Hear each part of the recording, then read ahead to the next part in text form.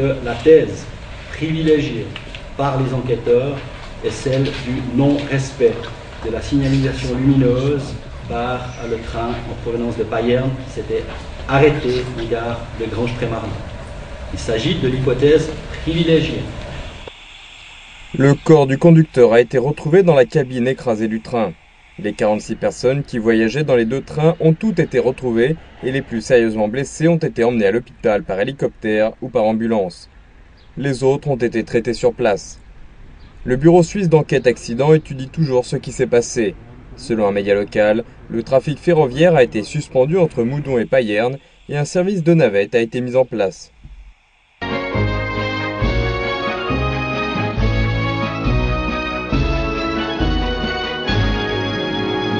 Cinq jours après l'orage, les dégâts sont toujours bien visibles.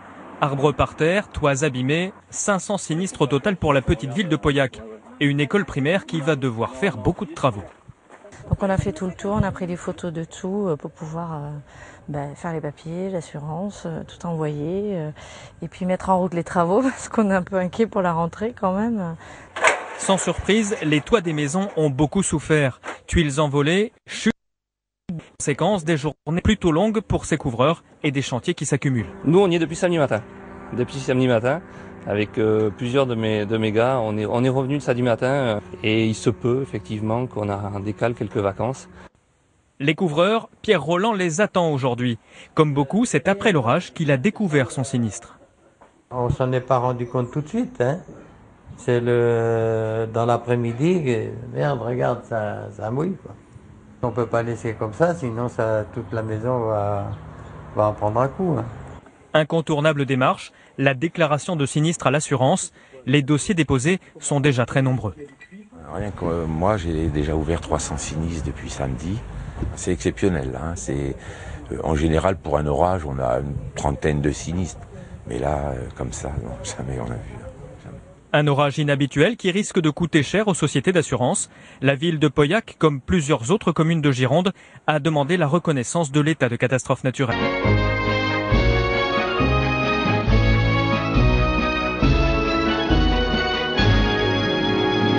Un pavillon de 90 mètres carrés chauffé à l'électricité. C'est là que Nicolas vit avec sa femme et ses deux enfants. Récemment, il a reçu un courrier d'EDF l'informant que ses mensualités allaient augmenter. En cause la hausse du coût de l'énergie, mais aussi une consommation hivernale un peu plus élevée que d'habitude. On est à peu près à 150-160 € au mois. Donc sur une année, c'est à peu près 1000 €. Ça plus toutes les autres augmentations, on n'a pas un porte-monnaie extensible non plus. C'est donc la chasse au gaspille. Comme 6 millions de Français, Nicolas a investi dans un poêle à bois. Comptez environ 4000 € pour une installation classique, assez vite rentabilisée. Du fait du crédit d'impôt qu'il y avait eu à l'achat, à l'installation, effectivement, ça coûte un peu, mais bon, au bout de 2-3 ans, c'est rentabilisé et puis c'est un côté esthétique qui nous plaisait. À cela s'ajoutent quelques petites astuces. Des lampes à LED moins énergivores, des détecteurs de mouvement au sous-sol qui évitent de laisser la lumière allumée, et ce n'est pas tout. Chez nous, c'est lave-linge, sèche-linge, lave-vaisselle, tout de nuit, puisqu'on a des tarifs privilégiés avec un disjoncteur différentiel, donc des tarifs plus économiques systématiques. Le grand regret de Nicolas, la télé. Vous voyez, on a toujours cette petite LED. Le décodeur et le réveil du micro-ondes qui ne peuvent pas être coupés à moins de les débrancher à chaque fois. Pour lui, la seule source d'économie restante, c'est de faire jouer la concurrence. On entend parler d'opérateurs alternatifs qui gèleraient leurs tarifs pendant 2 ans. C'est vrai qu'ils en font plein de publicités en ce moment et ça fait écho là un petit peu. Donc on va y réfléchir sérieusement. On n'est pas mariés non plus avec EDF. EDF qui augmente à nouveau ses tarifs, plus 5% dès demain. 5% supplémentaires sont également confirmés pour le 1er août 2014.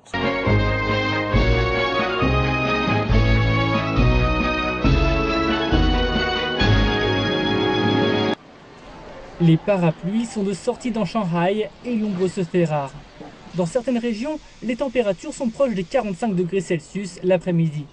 Il fait tellement chaud que les gens peuvent même faire un barbecue à même le sol si le cœur leur en dit. C'est incroyable ce qu'il fait chaud, la chaleur est presque insupportable, je suis en feu. On a enregistré 38 degrés pendant 7 jours et plus de jours de juillet au-dessus de 35 degrés que jamais. La ville a enregistré un taux d'utilisation de l'électricité record la semaine dernière, étant donné que l'abus des climatiseurs était de rigueur. Les hôpitaux ont dû gérer une hausse des patients souffrant de coups de chaleur. Certains ont même perdu connaissance. La nuit dernière, 11 personnes ont été transportées aux urgences à cause de graves coups de chaleur. La population doit boire plus d'eau et éviter les activités en extérieur l'après-midi. Au bout d'un mois de chaleur record, tout le monde attend la fraîcheur avec impatience. Mais les experts affirment qu'elle n'est pas prête d'arriver. Les conditions climatiques risquent d'empirer. Nous risquons d'enregistrer des températures encore plus chaudes au début du mois d'août. Elles devraient atteindre les 39 à 40 degrés Celsius. Les experts de la météo affirment aussi que les courants d'air froid qui permettent souvent de rafraîchir les provinces du sud-est de la Chine restent à l'écart, laissant les villes sous des nuages d'air chaud. On est donc bien loin d'observer un soulagement dans les jours à venir.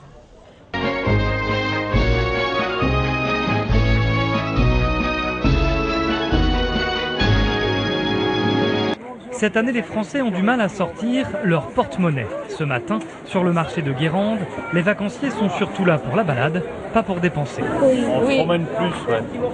On se promène plus qu'avant, ouais. On achète moins, moins de produits quand même, vraiment de ce dont on a besoin. On va dans les grandes surfaces aussi, même en vacances, plutôt que le petit marché. Effectivement, ça coûte quand même moins cher en grande surface que sur le marché. Conséquence, les commerçants font grise mine, car les clients se restreignent notamment sur les achats coup de cœur. Et ils regardent à deux fois si c'est utile, pas utile, est-ce qu'ils en ont vraiment, s'ils en ont besoin. Ils vont plus dans l'alimentaire, ils se font moins plaisir à acheter, quoi. Ça se sent, ouais. Les locations de vacances sont aussi touchées. Exemple dans ce camping, Laurence est venue de Charente passer une semaine en Loire-Atlantique. Elle partage son mobil-home pour des raisons financières. Par rapport au budget, on a été obligé donc avec ma sœur et moi donc de partir ensemble et de diviser cette semaine de location en deux. Tout seul, c'est trop cher. Cette gérante de camping propose même 40% de réduction cette semaine pour remplir une dizaine de ces locatifs qui restent désespérément vides. Maintenant, les gens de plus en plus réservent en dernière minute. Voilà, parce qu'ils attendent tous les promotions, parce qu'il y a un phénomène où au départ, il y a eu des promotions qui ont été faites et maintenant les gens attendent la promotion.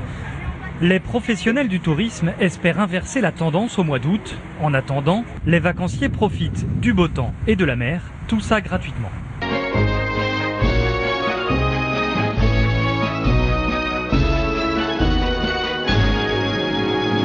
€50 par jour, et pourtant, la fréquentation a baissé de 30%.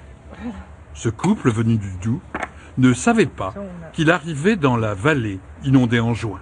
On a vu des campings qui étaient vraiment vides. Bon, celui-là, ça va, mais il y a vraiment, on n'a pas vu grand monde non plus sur les lieux touristiques, les choses comme ça. Moi, je pense que les gens ont un petit peu déserté quand même, quoi. Bah, c'est pas terrible en fait, quoi. Il y a les aléas du climat, on va dire, plus tout ce qui s'est passé dans la région qui n'a pas fait forcément une bonne vitrine.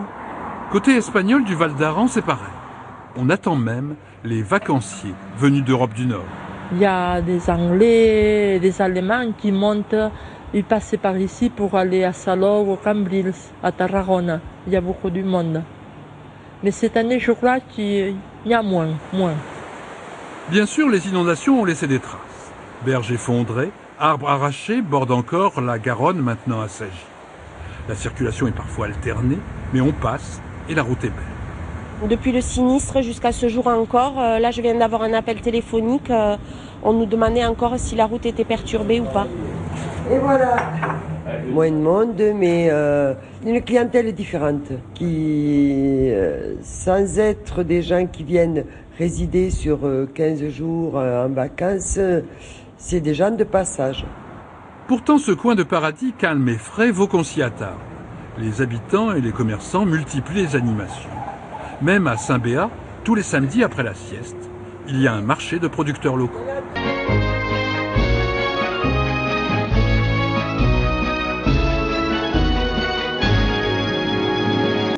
Un peu mieux comme ça, je pense. Attendez un peu. La méthode Jim donc, un peu d'anglais, beaucoup de jeux. Pour la dizaine d'enfants inscrits au cours par leurs parents. C'est ça, l'anglais c'est bien, mais pour moi c'est moins bien. J'aurais vraiment préféré faire plus de sport. Car pendant ce temps, eux, ça donne au VTT de descente, beaucoup plus grisant.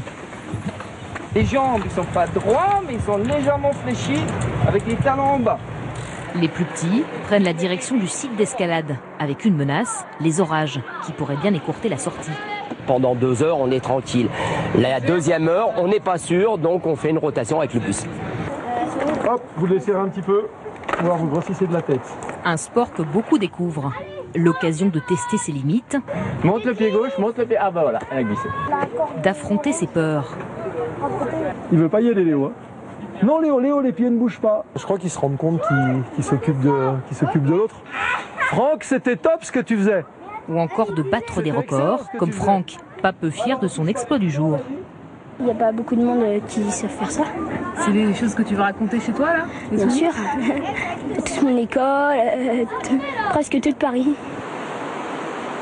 Il pleut, mais il n'y a plus d'orage, donc on arrive dans 5 minutes sur les jets, donc on vous répète. Voilà la pluie tant redoutée. Les enfants doivent rentrer au plus vite, se mettre à l'abri. Une fois au chalet, une seule urgence, trouver de quoi les occuper. Ce qui est l'avantage pour cette tranche d'âge, c'est qu'ils sont tout le temps contents, donc on peut faire n'importe quel jeu. Ce sera donc tournoi de ping-pong et partie de cartes, en attendant une météo.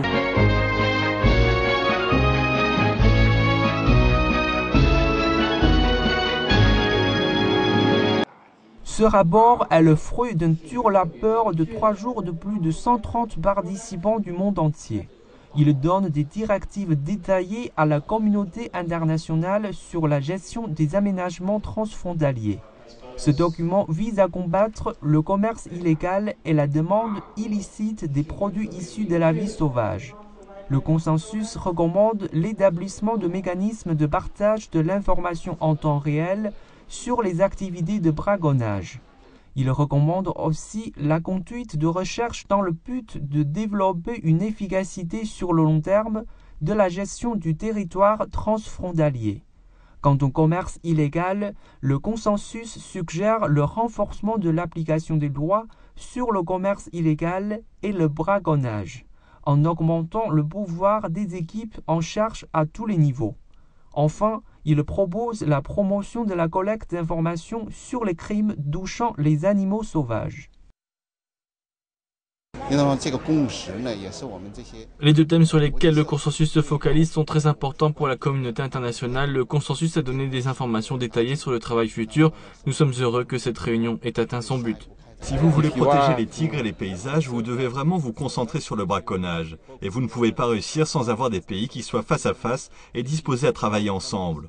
Donc ce à quoi nous sommes parvenus, ce consensus, constitue une avancée extraordinaire. Nous sommes très reconnaissants envers la Chine pour avoir initié cet exercice et pour être un outil compétent, efficace et accueillant. C'est un résultat merveilleux.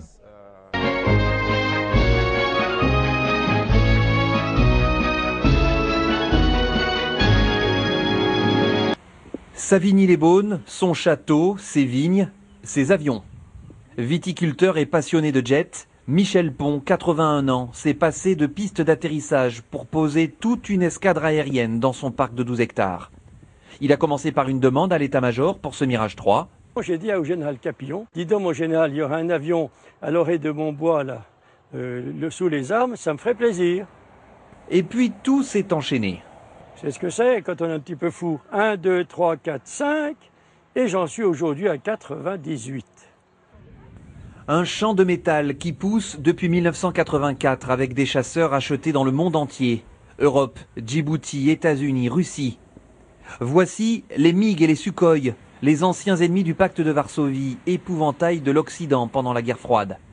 En un face-à-face silencieux avec presque toute la lignée des avions d'assaut. Même le Mirage 4, porteur de la bombe nucléaire, est là, comme prêt à bondir.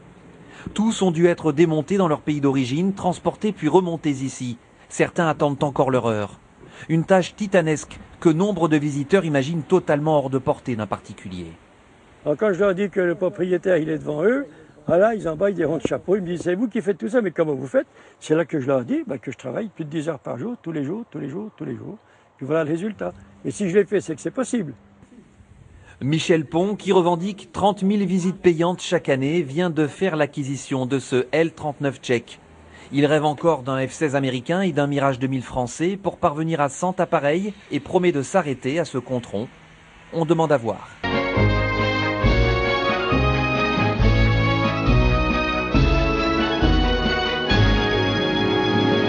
Lorsque la patrouille de France survole la région, elle vient le saluer.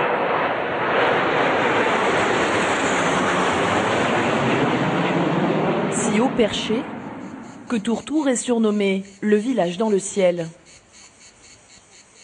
Abrite le château médiéval.